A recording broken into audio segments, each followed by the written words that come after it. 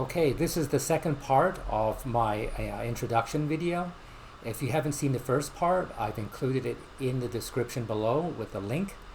If you have any questions, please like and subscribe, and let's get on with the video. Reason number 2, expatriates and digital nomad infrastructure. Now, I'm sure many of you can remember just only a few years ago, there's no such thing as a digital nomad visa. But now, in many countries around the world, governments are creating or have already created digital nomad targeted visas that allow this multi-billion-dollar industry to visit and spend money in their countries. So, for example, in Japan, there's now a 6-month visa that allows digital nomads to live and to work as long as they fulfill basic requirements.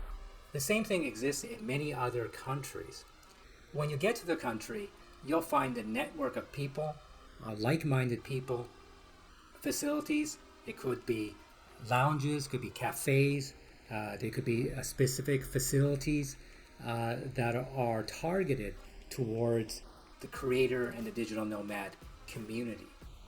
This allows a very easy transition to living there. Once you're there for a while, then you can consider a more permanent visa. The second reason, and I've talked about this in the previous chapter, are skills. These countries are competing on a global level. So I'll give you an example. A company in Japan is competing with an American company to produce technology. In order to do that, there's a marketplace for people of a certain skill set. So what's popular today is artificial intelligence. Companies are creating tools and software applications for this market. And companies in Japan are paying equally, if not more, than companies in Canada for the same talent. So in the old days, it used to be that, well, you live in this country and you earn a local wage. So you lived in Thailand and you earn a Thai wage. Well, that's not the case for a lot of global work. So if you're looking for either a local job, you don't necessarily work at a local rate. Many times you're actually working at an international rate. So in my example, I lived in Hong Kong for many years. And while I worked in Hong Kong, I was being paid an internationally competitive salary. I never worked as a local in terms of the salary range there. And I actually received very favorable benefits just because they realized that my skills were suited for that market and I could add additional value. Another reason, another change in the world now is remote work. And remote work is allowing people to work for their home employee. Reason number 3, and I call this a long tail risk. Now, this is something that nobody talks about, and it's something that is extremely important. Long tail risk is typically used in reference to something in math, where it's a probability curve and it goes beyond a certain standard deviation. So, for example, in the stock market, stocks are predicted to move within a certain range. Long tail risk is when the stock either goes up way beyond what's forecasted, beyond a certain percentile or a certain probability, and that's called long tail risk. Now, I'm not explaining this perfectly, but I think you understand what I'm getting at. Now, in the first world, there's a lot of long tail risk. I've already outlined one of them. And the first one is that income is not catching up to the expenses. and the cost of living. Your housing in Canada and America is going up far faster than what your incomes or a typical income is generating. Unless you're working in very lucrative industries with stock options like technology, a typical worker doesn't receive that type of pay increase to keep afloat. Added on, you have inflation, you have other cost factors such as healthcare and unforecasted costs. This is where the long tail risk occurs. So, as an example, when in Nevada, where I'm living right now, there's no limit to the amount of rent increase that can be applied by the landlord. The landlord can suddenly increase it by whatever they feel is necessary, and you can all of a sudden be homeless just because the landlord is not in a good mood. There's just no controls over rent increases in many states, and as a result, that type of long tail risk is something that doesn't really help in planning your life. The second long tail risk is healthcare costs. The reality in life is that you never know when you're going to get sick or when you experience serious illness.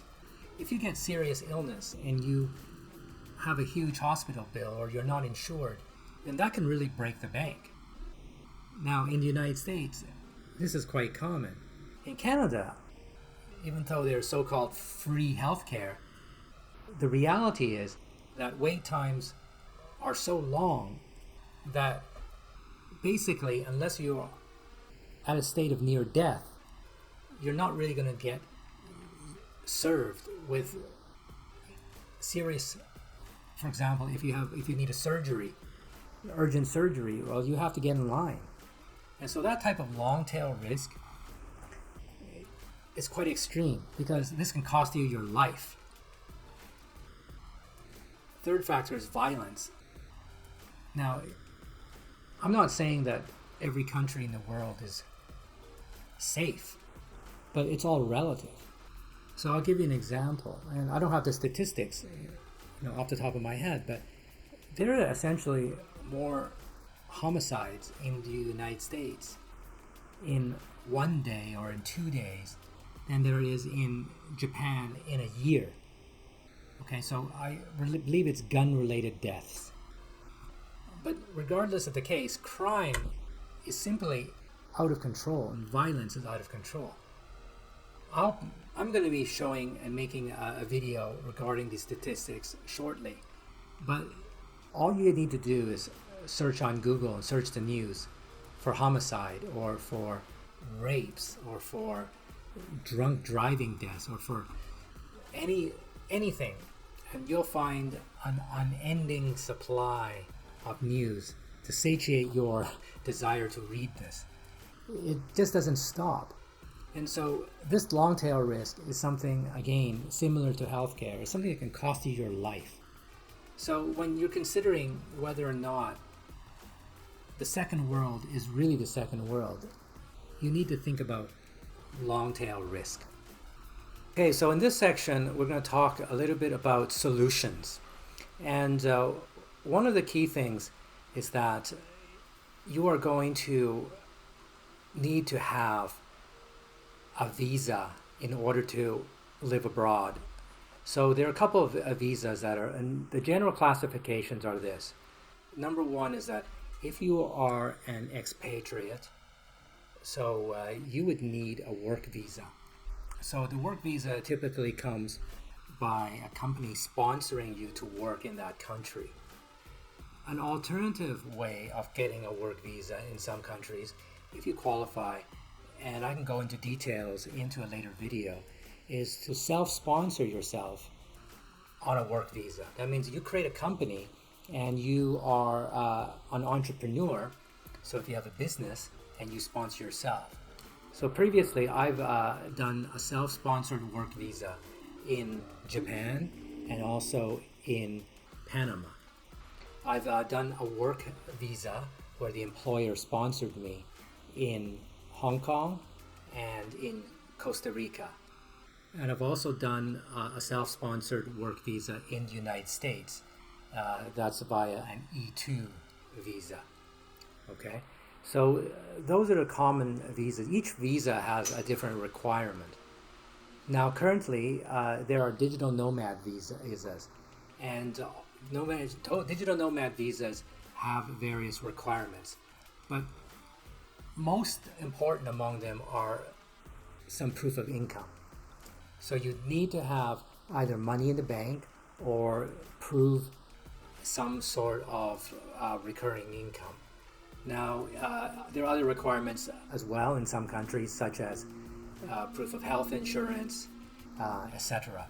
But for example, in Thailand right now, there's a new digital nomad visa, and that requires a proof of approximately 12 or 10,000 US dollars. It just came out, so the details are not exact. Don't hold me to that number.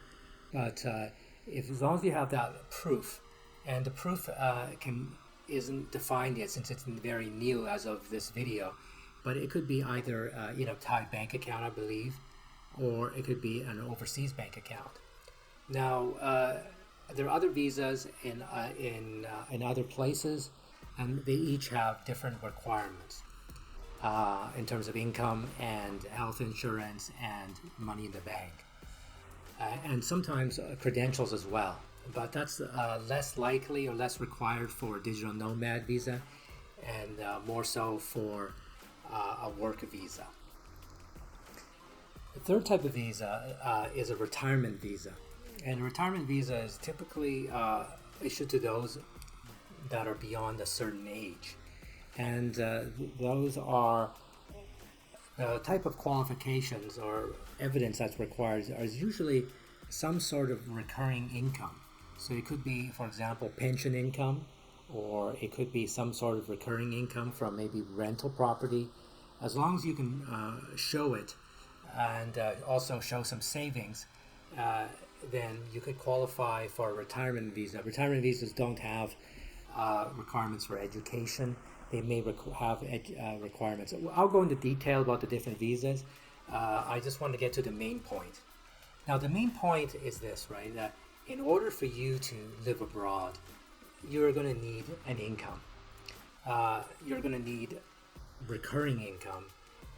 Even having money in the bank and not having income is going to be a problem in some cases. So this is what my channel specializes in, and this is what my expertise is in creating income streams. Previously, I've worked for many years in acquiring, creating, and buying businesses. I call them income streams, or also known as micro private equity. And I created these throughout my career.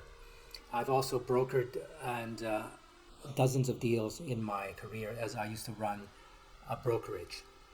Now, just to let you know, in our upcoming videos, I'm going to talk about the details of that. But for now, I want to let you know is that you see on YouTube, a lot of what I would call get-rich-quick schemes. And a lot of them involve being a digital creator. A lot of them involve starting your own business or buying an e-commerce site or an Amazon site. And I'm not criticizing any of them. In fact, I've done many of them in my career. However, the key point that you must know is that they're not as easy as a lot of them make it to be. They're trying to sell courses, and they're trying to sell either a system or an access to their Discord or something like that. And obviously, a lot of them will sort of set reasonable expectations. And I'll give you the exact details, but there's a study that was done, and I don't have it handy. I will put it in a future video, or put it in the link below once I find the reference. But it surveyed digital creators all over the world, and the typical period of time or duration before any money was made was around 8 months before you saw your first penny. And to break even when you covered expenses was close to a year. And that's for the ones they surveyed. It doesn't include the people who dropped out. So probably if you average it out, the probability of success is not particularly high. And one of the reasons is because of the fact that starting a business requires diverse skill sets. Not only do you have to, even making this YouTube video, and I'm the first to admit, I'm not a professional video maker. This is my first video, and I really don't have any experience in doing this. But if you are a professional YouTuber, you need to acquire various skills. Not only content writing, but also you must have some content development. You must have something unique that you can talk about. And not everybody has something that is not only that is unique. Most of the content that you see on the internet has been reproduced, dozens of times, just in a different, the same message delivered by different people.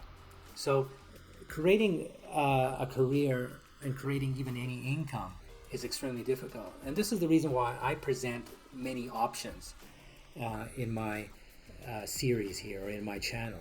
So one of the key income generating options I provide is acquisitions, and that's to acquire already existing income streams as one of the primary options. Now, acquiring an income stream could be acquiring a business, a fully developed business. It could be acquiring an income stream, like, for example, an app, or an e-commerce site, or even a social media channel. There's hundreds of options out there that you can engage in. The key point is this: without experience, and extensive experience, it's very easily to get deceived and cheated out of your hard-earned money. And this is where my channel focuses on. And I'm trying to help you avoid those mistakes. Plus, there's a lot of other valuable content as well. So in my first series, I'm going to talk a lot about acquiring an income stream, and we're going to talk about how to do due diligence. We're going to talk about the type of businesses that have the highest probability for success. And also, we're going to be talking about things such as partnering and collaborating to build income streams. So I look forward to creating that content for you. Again, please drop a like or subscribe to this channel to support this. I'll do my best to create a couple of videos a week. And if you have any feedback or questions, just put it in the comment section. Thank you very much.